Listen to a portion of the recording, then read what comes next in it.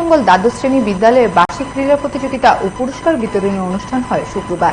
এদিন বিদ্যালয়ের প্রতিযোগিতায় বিভিন্ন ইভেন্টে পড়ুয়ারা অংশ নেয়। উপস্থিত ছিলেন এলাকার বিধায়ক রতন চক্রবর্তী সহ শিক্ষক শিক্ষিকারা। পরে বিজয়ীদের হাতে পুরস্কার তুলে দিয়ে তাদের উজ্জ্বল ভবিষ্যৎ কামনা করেন উপস্থিত সবাই।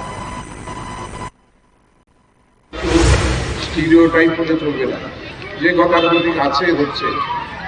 প্রতি বছর আমাদের পারফরমেন্সে উন্নতি হতে হবে।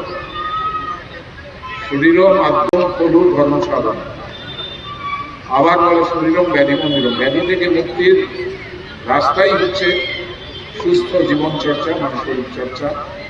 সেটাই একটা সুস্থ মানসিকতা তৈরি করতে পারে, সুস্থ সৃজনশীল সমাজ তৈরি করতে পারে।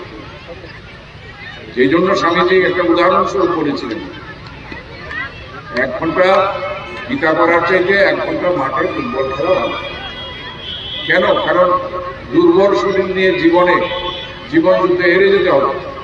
কোন অবস্থাতে তুমি লড়াইয়ে বেঁচে থাকতে পারবে না, কারণ সারাটা জীবন তোমাকে পরীক্ষার মধ্য দিয়ে চলবে।